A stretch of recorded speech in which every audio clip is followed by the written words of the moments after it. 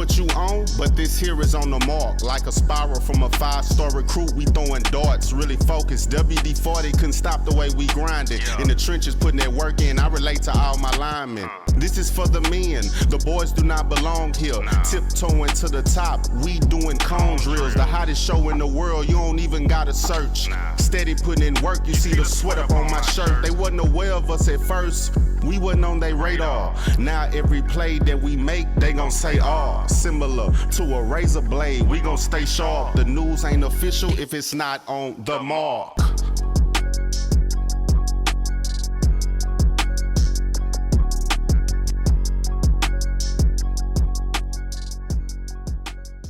We up. What it do? You know what time it is. It's the On Your Mark show. Powered and sponsored by Epic Sports Apparel. Every play I compete. Live from the Fishbowl Radio Network. Got a special guest in the building today. Now, listen. We're in the middle of the offseason. You know, we've been talking about things weekly here on the On Your Mark show about what you should be doing to get better in the offseason. You know, it doesn't just start with what you do in season. You know, spring ball is up on us pretty soon. College ball has started, spring ball. Well, 707 is in full swing, and I got one of the best in the game. Been knowing this guy for multiple years, and he's been one of the forefathers in 707 in the state of Texas and now nationwide.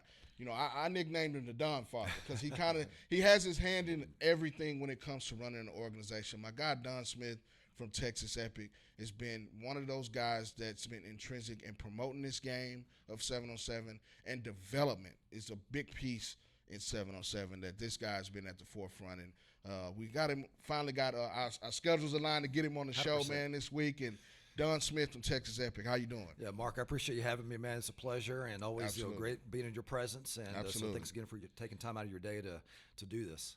Absolutely, man. Well, let's get to it. You know, a little bit about you. I always like to have the listeners kind of know, you know, a little bit about the guests, you know, your background, how you got into coaching, and then we'll talk how you got the vision to start Texas Epic. Yeah, so it goes back, you know, really early 2000s, and, you know, I was a national quarterback coach, and 7-on-7 really didn't exist then, especially for the youth. You had the high school tournaments that, you know, always fell at the end of June in College Station. So, you know, during the time, you know, being again, a predominantly quarterback coach, so we worked, you know, private lessons, things of that nature. And so we needed something additional. You know, that was more in a manufactured setting, so we need more additional where they can take their talents and put it into a real life scenario. So again, there was nothing to do, so I would hold and conduct private practices and set up scrimmages with schools that I was involved in. And so we did that for a couple of years. And then the organizations began. Primetime was pretty much the first one in Texas. So they offered a lot up in DFW, and DFW really is kind of where it started in the state of Texas. And so that all kind of began 2004, 2005. And so, again, allowed a platform for us to go compete. And then, of course, the pinnacle of it was going down to College Station the end of June and playing against the top teams in the state. As you know, through time, then the sport just began to grow. Other organizations got involved. And like I said, what we did in Texas is kind of let it off for the nation. And then other organizations, you know, obviously come in. You have your state and you have your national. And then we got, you know, traveling a little bit, you know, kind of late 2015, 2016. And that's, again, when it just really launched, you know, as far as being a dominant program in the state, and then had an opportunity to play against other teams in other states. And it's fun, obviously, to see that. It's a different style, you know, in some states than what we do in Texas. So just, again, you know, iron sharpens iron, allowing a platform for our athletes to play other athletes, because in school ball you don't get that. You know, you get that maybe before district begins, you know, where you have a team or so go in, and a lot of our big programs in Texas do that, where they may go or have a team come in or travel, and then once you get into district, then you're competing for a state championship. So that's where it all started for me. And you know, the longevity has been fun, you know, to be able to do it and see it from day one when it was nothing. We were doing things before it was nothing, you know, other than what high schools offered. Right. And to see where it has grown now, man, it's the best off-season, you know, activity you can do by all means. If you're a skill position athlete, especially in Texas, as competitive it is, you know, if you're not playing or doing something like this in your off-season, then you're going to be behind. Absolutely. Well, I mean, I think it's key, and that's one of the things we try to, you know, after state, we kind of run down these type of things that kids, parents, and players need to know what they need to do in the offseason. And I think, you know, for skill guys, you know, 707 is chief, you know, secondary to other things, and we'll get into that. But, development. Talk about that a little bit. And the reason you started Texas Epic, it's one of those things you want to get into the development piece. You 100%. just can't start. You're not a finished product. And when you get to high school, it starts at the lower starts youth at a very, levels. very young age. Yes, that's where I like to begin my program at 9 and 10 youth. So 3rd and 4th grade, that's when I begin. And the thing about my program is I don't have any guest players. Everybody that's been in this program has started at a young age, and I've built them and worked them up to the point where they're on varsity, or again, we'll touch onto that because there are certain ages where they can't participate as much as they do, obviously, sub-varsity, and coaches are very strict about that. So you have to honor that, especially the programs which I'm involved with. But no, I enjoy carrying that way because each thing we do, my concepts and schemes, there's a lot of attention to detail. I have 2 things I always, try to promote in my teaching is keep things simple but do them great. Right. And the other thing is eliminate paralysis by analysis. So you can't get so much information when they're at that age. You can develop that through, again, it's like A, B, C, D all the way up. And then you see the product. When they're in 6th, 7th, 8th grade, that's they're operating at a very, very high efficient level. And some of these teams I have now, I don't get any practice time with them. Right. In fact, I had a 15U team playing the DR7 down in Houston. I didn't even know their names. Right. I mean, I just met them a week before, Right. and we ended up advancing to the Final Four and a couple plays away from the championship. So. Right. That was kind of a neat challenge, Right. So the expectations, like I said, that's something as a coach you have to, what is your identity, what is your philosophy, what is your logic, Right. and we have that in strict with what I do. I'm one voice. I work as a solo coach, and I have guys that do step in when I get, in a code red. But to eliminate that, I teach my quarterbacks how to play the game, Right. How to call plays and how to manage the game Absolutely. when I'm not there. But I need an adult, when it gets into rules and things where an adult has to have the presence, Right. and all. But for me, my program begins again at the early stages, and I do have in my older teams now several that have played with other teams, left that team for whatever reason, and they'll come and that's pretty much the makeup of my 15U team right now. They were with another program and decided to hop on, and they'll be playing obviously this weekend with DR7. So, Absolutely. But it has to be at that early age. It really, really does. And when you're able to have that longevity with them, then the product even works more efficient. Once again, they get to that 6th, 7th, and 8th grade. They know what the expectations are. They've learned a ton, and you're a wordsmith. You kind of always said whenever you see us play, it's kind of that wink type mentality. Absolutely. That's exactly what it is. Yeah, I love the paralysis by analysis thing. That says that you want them to know what they're doing. Absolutely. And you're not paralyzed by thinking too much. 100%. It's got to be second nature. And I've, by going by, and that's exactly right. I've passed by the coaches and just hear all these things, and the kids look like they're speaking Chinese to them. They're completely lost. So, again, keep things simple, do them great, Right. execute, and eliminate the paralysis by analysis. And when they get to a certain age, as they've been with you for a certain time, then they know that, hey, like that's what every time, we just had spring break, and Right. the kids know when they come back to practice that Don Smith has now written up a couple new concepts, which we Right. do, Right. And some of the things we do, the way I teach it, like, for example, we learned what vapor trail concepts are and trail concepts. A lot of 18-year-olds, if you ask them what that is, they don't know what it is. They don't know nothing. And my 10U kids can get up on a whiteboard and actually Right. can write that down and give you explanation on why you do it, what Right. type of defense you do it against. So Right. that's what, that's my teaching in my program. Right. Well, I think that's what makes you guys so successful. And if you've been on a 707 circuit or any field with Texas Epic, you know that you're going to get a game. And the execution of what you do is so special that you can see it. Talk about that. And you just mentioned teaching concepts at a young age. If you can learn that, then that makes you a better player. And that, you're getting these guys ready for the next level. 100%. When we say next level, we're talking about high school. Yeah, right. This is further than middle school. Yes.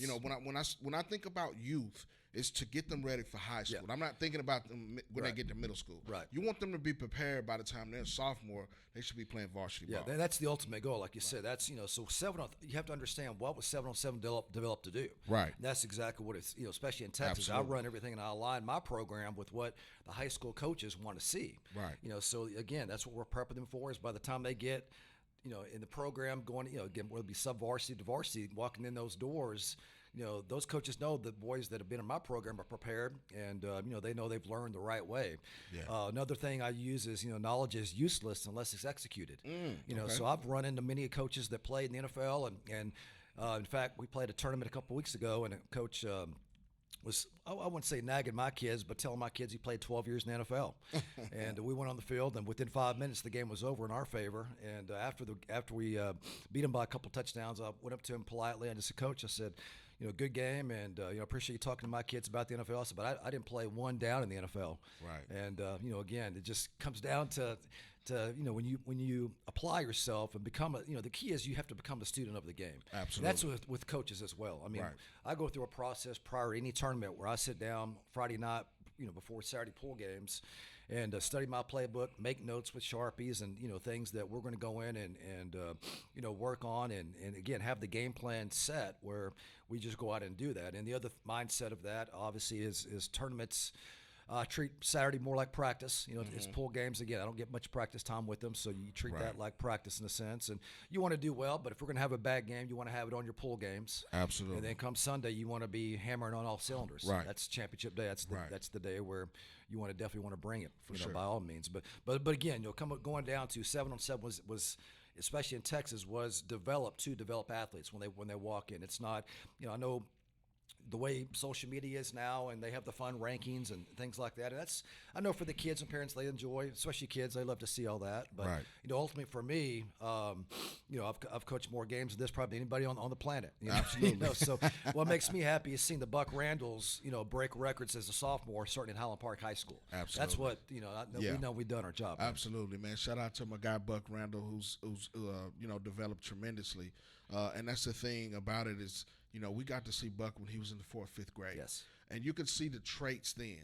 Identifying those traits and identifying early identification is something that's important in youth sports. 100%. And I think you do one of those. Those are some of the best, attributes that you have within your programs. You see these traits and you kind of mold them, Right.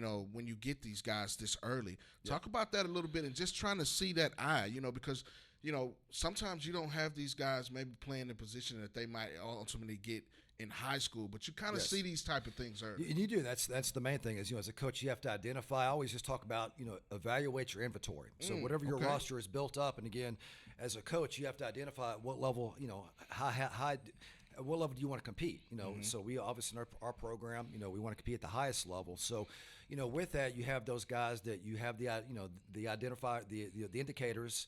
And at the early age, you can see if they Right. stay with this and they Right. work hard and earn things, that Right. there's going to be a nice little future for them. So Right.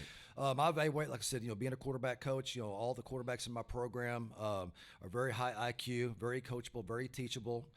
That's the most prestigious sport or position in any sport. Right. You have to have extremely thick skin, and the mental toughness is another aspect that either you have it or you don't. And Right. you can work on that, but we compete in very high pressure situations. Right. And when we're in that, we practice certain scenarios where in a game, if it happens, we're prepared for it. And Right. calm, cool, collective is the way we operate. Absolutely. And there's no external noise, from us. We play the game the right way. So, Right. but to see that and to see them, them execute and achieve in that environment, then when they get to varsity, when the lights are the brightest, Right. for high schools, then they've been there before in these high pressure Right. situations at a young age. Right. And then just once they mature, we're talking about 15, 16, 17, 18-year-olds, then they've been that. But that's again, just evaluating your inventory.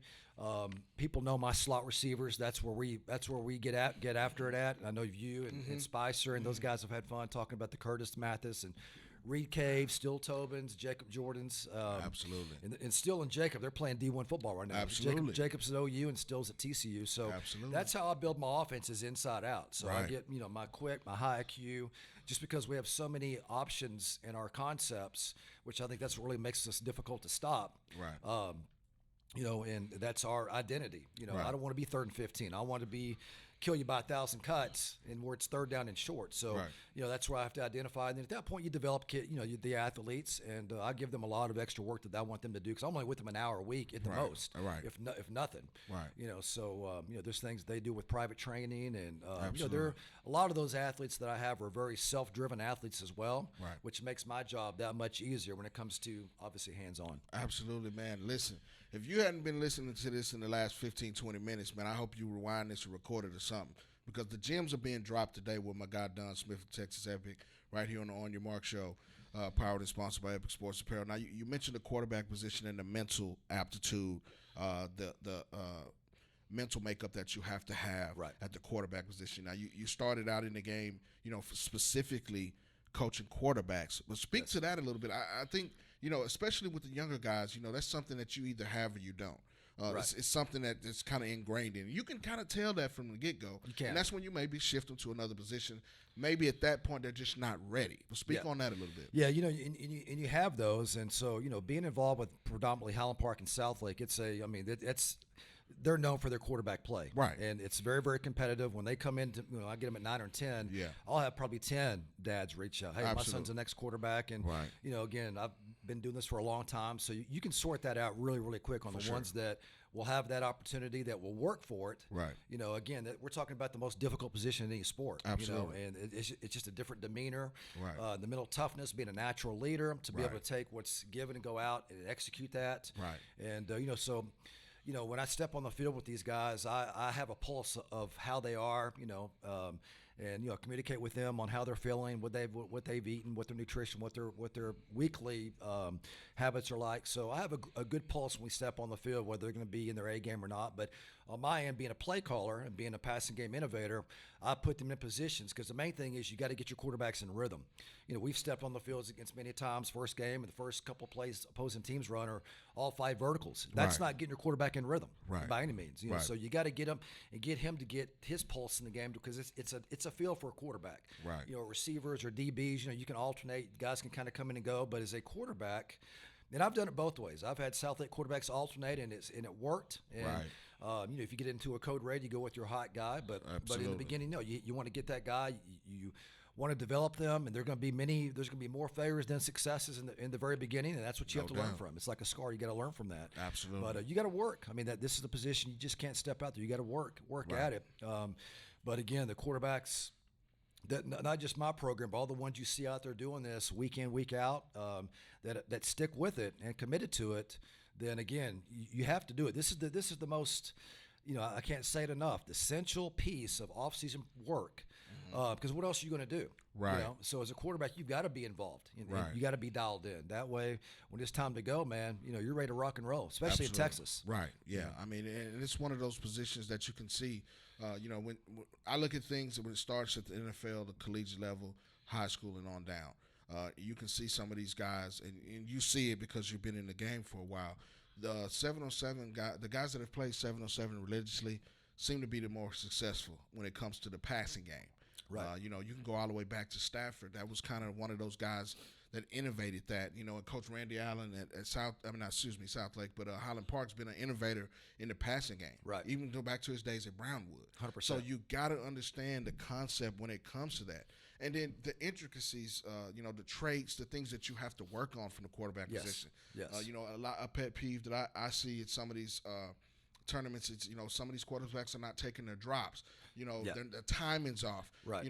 Why are you doing it if you're not doing it the right way? Yeah, and you're 100% right, Nell, on the point. That's the thing a lot of these high school coaches are a little bit against. That's what their they hate it quarterbacks. for. It's because 7-on-7 coaches aren't teaching proper footwork to these quarterbacks. And I've seen many a times a quarterback take the football off the stand and just stand flat-footed. Absolutely. So what I incorporate, mindful of that, is I incorporate every platform throw in my offense. From quick game, from 3-step drops, from combo footwork, from rolling out right, left, things like that. So I involve all that, and that's one thing I stand by. Being where you can be in the huddle and be present behind the huddle footwork is everything. Right. And if I ever see one of my quarterbacks sloppy, we'll definitely correct it. Because I know coaches that this is what they want to see, and so and on top of that, you want to teach good habits. Right. You don't want a 10-year-old quarterback learning things where that's not practical. That doesn't happen in the game. Right. If it does, he's going to get his helmet knocked off. Absolutely. Yeah. So you want to be strict about that to where they develop good habits for them where it becomes second nature. Right. I work on a lot of eye discipline. That's the other thing too. Quarterbacks, whenever we're played that aren't trained, they'll stare down their receiver or give indicator on where they're going. So with my guys, we keep our eyes down the field. I don't care if you're throwing right or left or whatever the case may be. So there's a lot of different, the attention to detail, it has to be that. And the quarterbacks that have been in my program, they're all the ones that have gone all the way through. A lot of them are playing D1 right now. One's in the NFL. and others are knocking on the door, you know, right now to play at that next level. Absolutely. You know? So, but yeah, the attention to detail, especially with that position, man, it has to be present. You know, if it's not, then as a 7-on-7 coach, we're not doing our job. Absolutely, and that's the thing. You're not getting better. No, you're getting them into bad habits. You know, bad traits, bad footwork, bad mechanics. Yes. And you take that back to the school coach, and they come back, and it's like they haven't learned or progressed at all. Right. And that's, you know, those are some of the things that you hear from the grumblings from the high school coaches. So what are you guys doing to get these guys better? Yes. You know, we got to be on the same page. And that leads me to my next question. You know, you've worked closely with, you know, South Lake, Highland Park, and several schools around the Dallas area with their kids.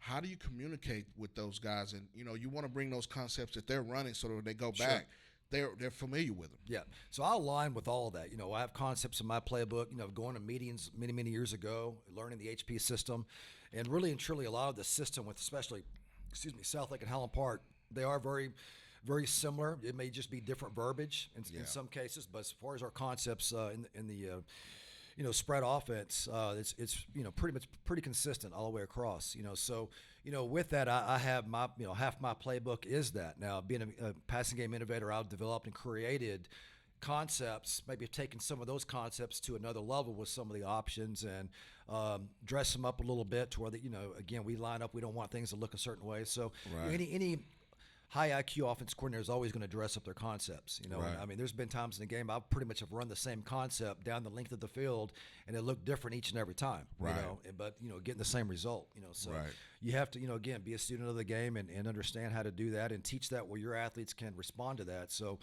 you know, you know, I want everything again has to run consistent with the high, especially the high schools that I'm involved with, and you know. When you have them for a couple of months, for example, in January, February, and then when you get into March, then they're going to go into track because those coaches want their skill position athletes to run track, and there's a benefit of them doing so.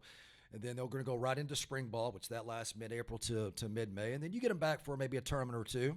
And then after that, you know, of course, those schools will compete in their school-based 7-on-7 leagues they have, and then they'll go down to college stage if they choose to play at the end of June, and then they're off for a little bit to heal and recovery, and then they're dialed back in, you know, come late July and August.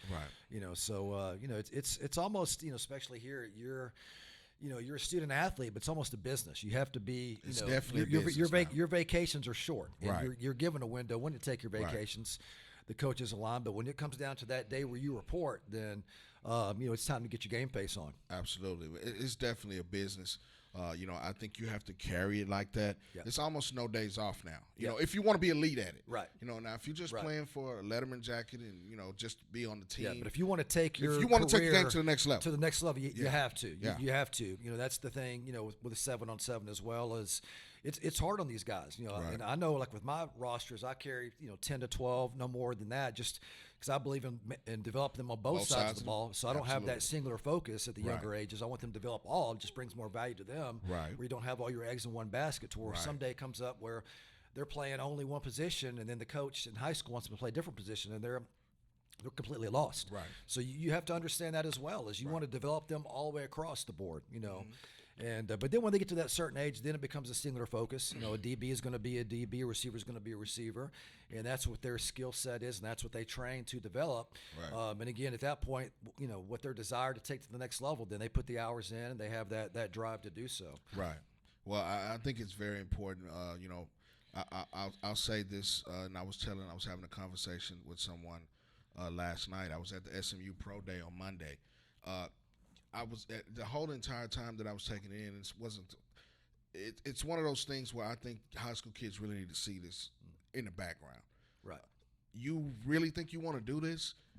This is what you're looking to get to. You have to have eyes on that, because it's a totally different thing that these guys are working for all of their lives to get to this one point. That's the pinnacle of everything, and it's really the 1% of the 1%. It is 100%. 1% of the 1%, and to get to college, it's less than 10%. It's 7% at any level. We're not talking about just Division I. Just the 1%. These guys were really doing it. And, you know, I'm thinking about it, you know, because we cover high school football and youth football and things like that. These guys really need to see this. Are you really serious about this? You know, this is a serious business. And I think you have to take it like that. when you get to the high school level, because everybody wants to go to college, but do you want to do what it takes to get You're exactly right. I mean, it is a business, but the commitment to it, like you said, you've been to it, is you got to be committed, and you got to work every day. Now, recovery is important, and you have to allow that time as well, which we all know. But you know, you hit the nail on the head, man. Is you got to be committed, and to see the behind the scenes of that. And one thing, I was doing a little research, and I love just being a student of the game, and psychology, sports psychology is really important to me. Is I read a really good article that I share with my athletes, and it was talking about preparation. It was breaking down 100%.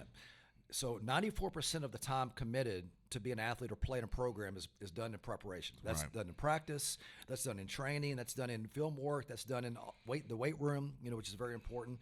For that, you want to excel for the 6% that you're in game time. So think about that for a minute. 94% is when no one's watching, when no one's looking, for the 6% that you want to go out and play great. So that window is very short, to have that opportunity to step out. If you're a free agent, if you're walking on, whatever, you're going to get that one opportunity, so you got to make the best of it. Got to smash it. So preparation's everything. Absolutely, man, and that's what you see when you see these type of things. And that's one reason we wanted to have you on, is the preparation that you're getting these guys prepared for the next level.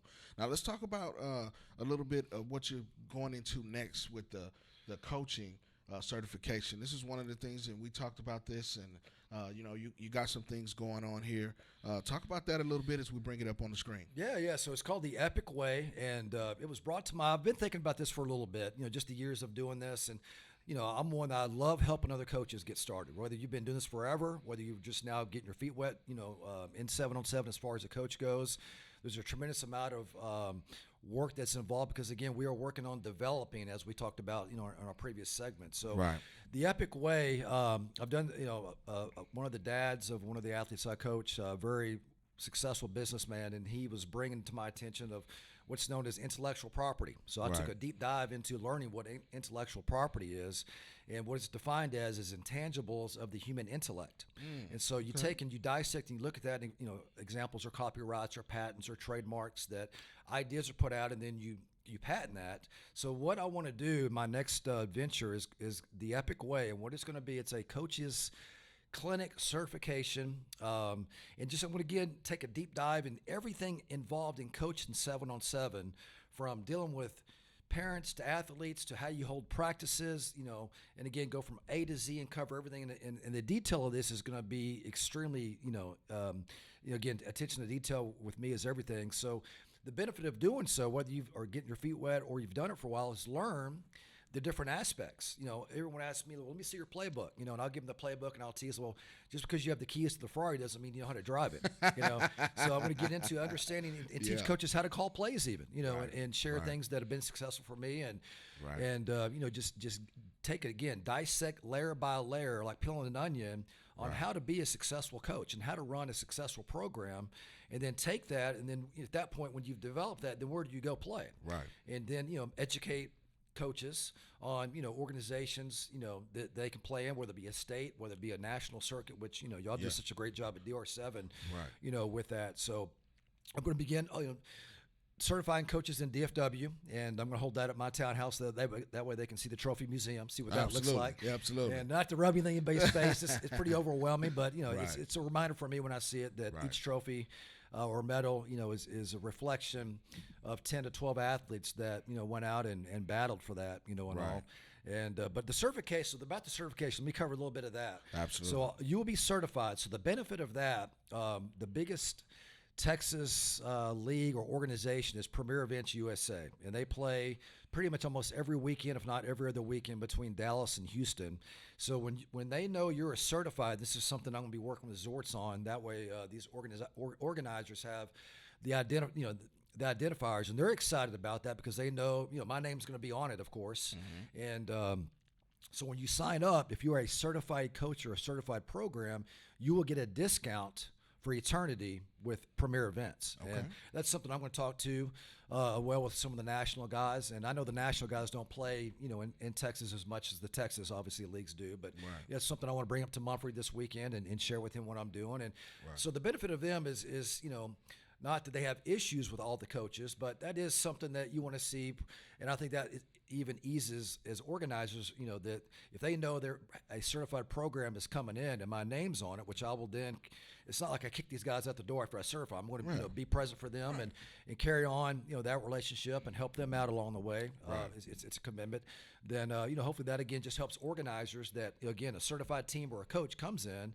Then again they're going to know the rules. They're going to understand the proper ways to handle themselves, their conduct, their behavior towards organizers. Again, we're talking about how parents can be animated out there when things get hot. I mean, because their child is their most precious, thing they own, or I wouldn't say own, but have. Yeah. And but anyway, I'm excited about that, man, and that's going to be my next venture. In doing so, again, we're starting DFW right away. I've already got a class next week lined up. Okay. It'll be a 3-night, 2-hour segment, so 6 hours in all is what you're going to receive. Okay. And again, it's just going to be a deep dive on how to be a coach. This is going to allow me to kind of work my kinks out and get the presentation, up to my standards. Right. And then come where the 2026 season is exciting again. Usually in October, November is when organizers launch their 2026 schedule or calendar. Then I'm going to it'd be kind of like a book tour. Then I'm going to be in different cities putting on these clinics and certifications. Right. And then eventually, once I take care of all of Texas, the most or best that I can, then I'm going to travel then nationally. Right. And do these in some of the big markets, So, but I'm excited to do so. And again, just think all the things that I've been around for over 20 years doing this is to be able to share that, with other coaches and push and engage my passion with them. Right. Well, I think that's a big thing. It shows progression as well. From where, when you got first started in 707 to where it is now.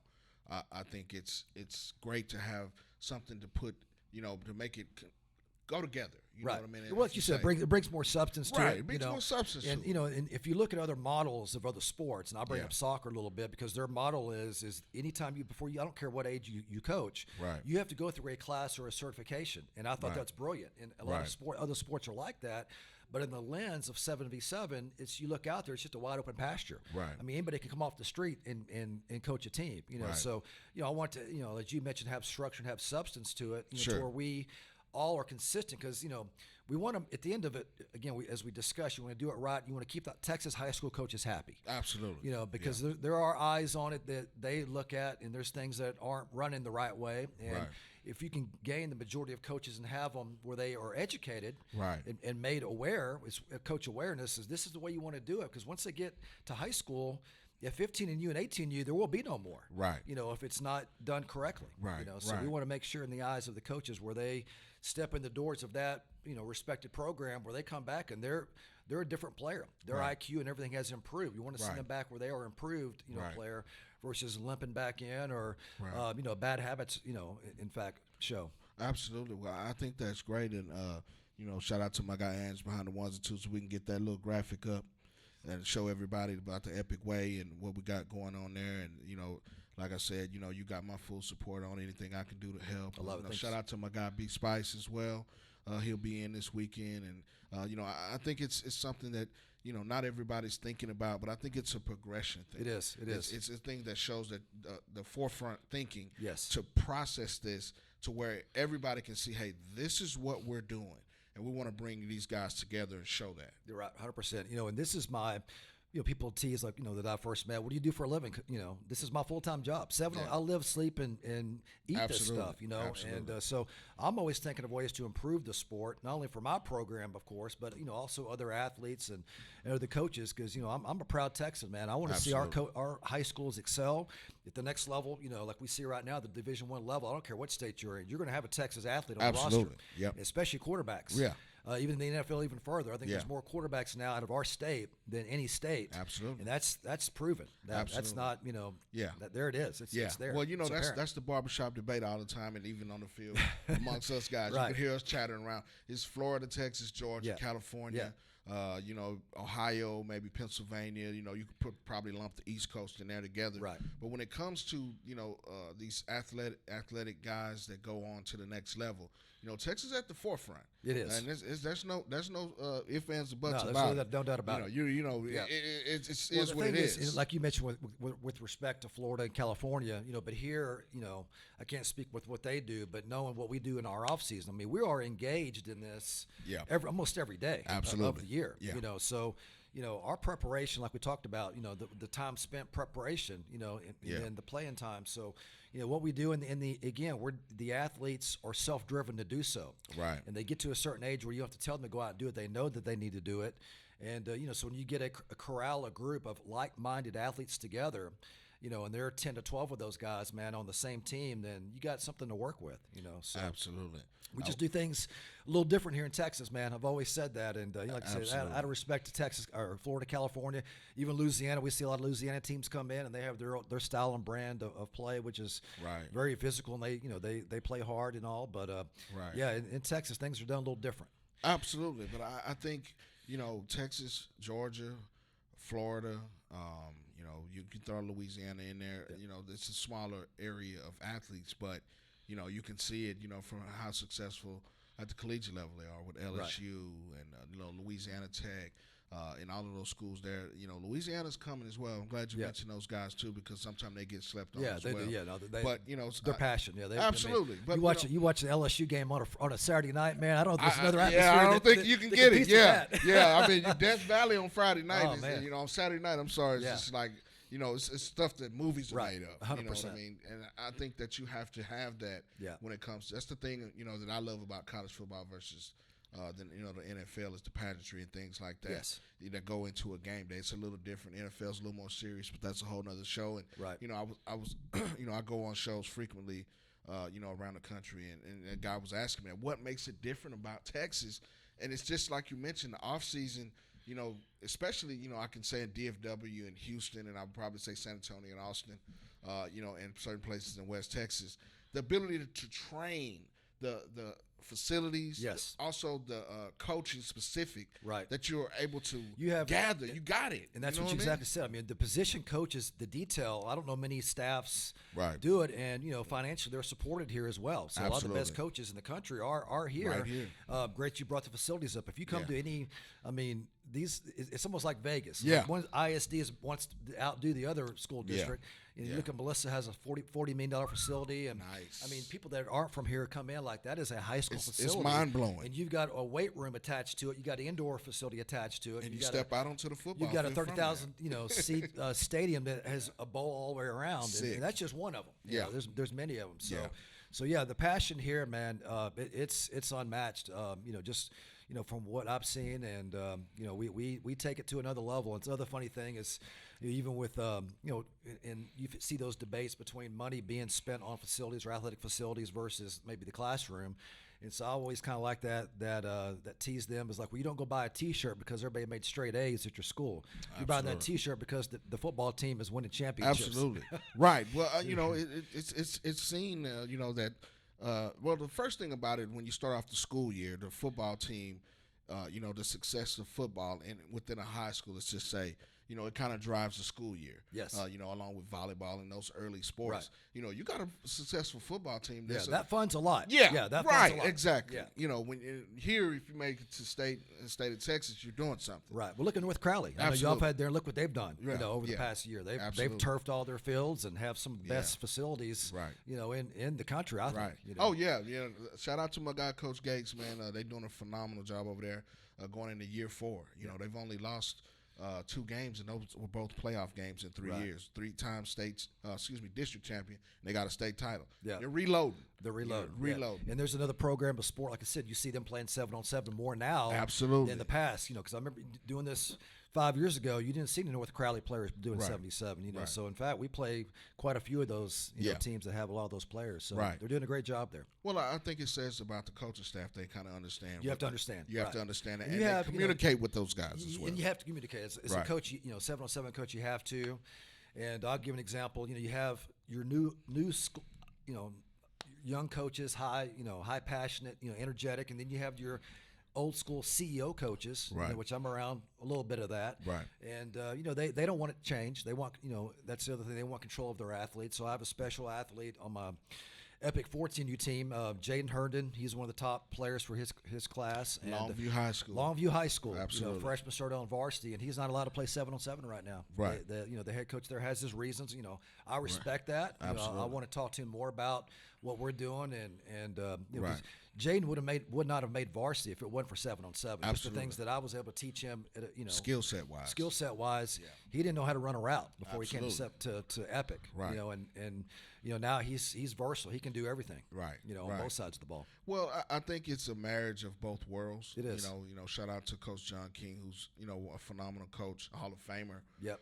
At that, here in the state of Texas, state championship type coach, and it's something about just that particular program in Longview that you see, and you see the progression that Herndon's made. I've had the chance to see this kid. He was in the 6th, 7th grade. To now, right? He's in full bloom. Yeah. We saw you guys in North Crowley a few weeks ago, and you can just see the whole thing. It was almost like a man among boys. It is. It was almost 100%. like it wasn't fair. Yeah. But these are some of the traits that he has intrinsically, and you've just kind of molded those things with the route running. Right. The ability to catch in and out of his breaks and things like that. He got that from 7-on-7. Yeah. Because, Longview's more of a running team. Right. They But run now, the ball 90% of the time. Right. They're our formation. And that's their old school identity. football. And that's okay. Right. And that's fine. That's their Right. identity. And you stick to your identity, and then you make adjustments when you need to. But, Right. A program where it's more run dominant, when you're in a track meet, and I know they had that with Southlake in Right. the 6A semifinal, and they kept Southlake in check. Right. And Southlake, of course, was dealing with a lot of injuries. They had a lot of backups playing in that Man, game. yeah. They that's the other part too, is to sustain success. You have to have a healthy roster. Absolutely. And as physical as our game's played, it's hard to do that. But the Right. teams at the end of the year, those are usually the ones that win it are the most healthy as well. Absolutely. So a Yeah. lot of that goes into it. So Yeah. But Jaden's been, like I said, he came in not knowing he didn't know what a post route was. Right. And so just slowly developing him, and where he sees and sees things and understands leverages and releases and how to stem. Right. And then eventually how to work zones, how to spot down, how to, just again, his Absolutely. IQ increased, but again, he was taught the right way of doing it. Right. Not just, I've seen teams where they have about 6 or 7 Jadens on their roster, Right. and they're just running verts the entire time. That's Right. not route running to me. Right. That's just a track meet. Right. Right. So what are you Right. learning, as far as route running? Exactly. So Well, I think that's an important thing. That's why we wanted to have you on today to talk about these type of things, because in the offseason, sometimes parents and players don't know. Right. And I get these questions all the time, and we're here to educate and elevate you. Yeah. Every week here on Your Mark shows about these things that you have to do in the offseason, and that's the perfect example of the marriage between 7-on-7. In high school football, we're talking football here. Is to learning those type of things, and this is the reason these kids are successful. Yep. You mentioned Herndon; he has some things naturally that he just wakes up out of yeah, bed. he with. wakes up that way. Right. But, when you put these things and wrap them up into, the present, and you open it at the end of the year, or when he gets back to high school, you're like, this guy's really got something. Yeah. And there's a reason that he's got offers as a freshman. Yeah. And one of the top Yeah. freshmen, Yeah, he in the has state of six Texas. serious D1 Six offers right now. serious There's, ones, yeah. and there's some other big programs knocking on the door. Right. When it comes to their spring ball, then Right. I was informed of some schools coming in, and Yeah. there's going to be a lot of eyes Yeah. on that Longview program. Absolutely. And Jaden's Yeah. a Well, pretty nice piece. You had several guys that I had a chance to meet that ain't been in high school yet Yeah. on that team. Yeah, I got a really special quarterback, man. He that's the thing with him is, there's Longview's such a run-oriented team. So Right. what is he going to do when Right. if that doesn't change? Yeah. because he is again, Yeah. we just most schools run the same concepts, Mm-hmm. and if you look at just the pass game, we're still playing 7-on-7 on Friday nights. We just Absolutely. got 5 linemen in front of us, and we have the luxury to run the ball. Absolutely. But at the end of it, you're still working the timing between quarterbacks and receivers. And Right. I know now the landscape of the sport's changed a little bit. I was school-based when I started, and still Yeah. have predominantly school. Yeah. The core is a quarterback and his primary receivers. But Right. I think that's changed now, where you have these travel teams. And you see that all the time, especially I know Right. with DR7, you get a tremendous amount of that. Right. That's just where the sport is now. Even my guy Buck, he's quarterback of Team Grind, and he's around a lot of receivers that he won't be playing with in Highland Park. Right. So it gives him around, because he is going to play at the next level. So that Yeah. just gives him, not saying the Highland Park receivers aren't all that, but he's Right. around some receivers he's going to be playing with on Saturdays Right. now. Yeah. That's just reality. Right. That's Well, just what I it is. think when you get a chance, in his case, you get a chance to kind of forecast and see what you're going to be looking like. You said next level, and see what that looks Right, like. and he how developed, you like I said, fit that's in it. Yeah, Yeah. 100%. So he developed in our program, to where he's at now, and then that's just going to be his next step of That's his- development is yeah. being around those guys. 'Cause that's Right. one thing in Highland Park, and that's just the reality. Talking to dads that they're They're losing a lot of athletes right now to HP. They got a little bit of a problem, and they're venturing off to private schools, close by. And the thing is, these not many HP receivers are going to the next level for these receivers that work. That I know I have my program that wanted to do that, so they're going to go to places like Parrish or another private school where they're on the field a lot faster, and they have varsity tape as well. That's how you're getting recruited. Absolutely. When you have those elements of being, hey, I've been on varsity since a freshman or sophomore, I've got varsity film now. Now you're on your way if you're doing things the right way. Well, I think, also the talent level at HP's been up there as well. And Coach Randy Allen and that staff have done such a great job. It's hard to get on the field over there.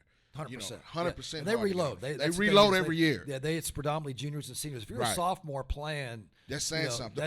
The first sophomore since Stafford to start. That's saying something. Yeah, and the thing with Stafford, that's when I was involved with him when he was a junior. He didn't start. The only reason he started in the Tom Landry Classic against Denton Ryan is because the senior got injured. And then Stafford got opportunity. Once he got that opportunity, he never let the senior back in. So that's what happens. But I mean, when Buck was special. Buck went in and took it from his mindset for someone that's that young. And you saw that. I know you did because I know you always followed him. He had that mindset at 10 years old. And just matured with it. So that's another Buck was thing. One of those kids that could have played up at any time. At any time. At any time. He just has those traits and those intangibles that you see at that young age. Well, it's that demeanor that he has, and a lot of the quarterbacks that I have, now and in the past, they just have that it factor, man, and you can't teach that. And when you get that, then as you mentioned with molding, and then at that point, I'm going to invest all my knowledge and my IQ and my experience into athletes like that, and just to see them again. Knowledge is useless unless it's executed. That's just bottom line. And so you have to be able to teach that and imprint these athletes, and for them, they take it from there. Absolutely. Well, listen, Coach, man, we're going to have to do this again, because we left a lot of meat on the table, I think. You know what I mean? And we'll get you back on. I can talk ball all day long. Me too. Me too. I know you Me can. too. It goes by real fast, but, man, we appreciate you coming on. Share your social medias where everybody can find you. Yeah, so we Texas Epic 7v7. So Mark and my guy Ben Spicer, you have to have that platform. So we started that. So Texas Epic 7v7. We're on everything. Instagram, we have YouTube, we have Facebook, and then we have X. So, but my guy Spicer, he does a great job of doing that. I know you're a big influence on him, but absolutely, that's where we're at. Man, listen, this is one of those guys, man. Follow the Epic Way. It's going to be going down here pretty soon, as well as Texas Epic 7-on-7. And we'll be on the field this week. We'll be in Waxahachie this weekend. Road to the Crown comes back to Texas. They had a great one up in St. Louis last week, man, and we're going to be hunker down at Waxahachie High School, man. It's not too late to get signed up. Go to Zorts, get signed up. It's going to be some of the best competition that you'll see. I know that that young age group is going to be fire this week. There's going to be some great teams There's some in there. Good team. I'm going to have my 14U and 15U. Our spring break's over, so it's back to work. But I've seen a little bit of the layout of some of the divisions. And it's going to be deep. It's going to be legit. It's going to be deep. It's going to be deep. There's some serious competition this weekend. I think those two divisions will probably be one of the best. And that 10U, 12U as well. We always look at the high schools, but from the rumblings I've been hearing about who's coming, it's going to be deep, and you guys will be in it, man, for sure, man. Excited for it, man. Absolutely, well, Mark. Man. I appreciate your time, man. It's always a pleasure, and like I said, I can talk ball with this guy all day. I know he can do the same, but I appreciate you taking time, carving out your day. Man. Listen, we'll do this again before the season starts. Again, the On Your Mark show right here from the Fishbowl Radio Net every week. Wednesday from 11 to 12 right here on the Fishbowl Radio Network. Powered and sponsored by Epic Sports Apparel. This will be up on the On Your Mark Show YouTube channel this afternoon. We'll talk back at you next week. We out. Hey, this Manna Mike. I'm not sure what you own, but this here is on the mark. Like a spiral from a 5-star recruit, we throwing darts, really focused. WD-40 couldn't stop the way we grinded. In the trenches, putting that work in, I relate to all my linemen. This is for the men, the boys do not belong here. Tiptoeing to the top, we doing cone drills. The hottest show in the world, you don't even gotta search. Steady putting in work, you see the sweat up on my shirt. They wasn't aware of us at first, we wasn't on their radar. Now every play that we make, they gon' say, similar to a razor blade, we gon' stay sharp. The news ain't official if it's not on the mark.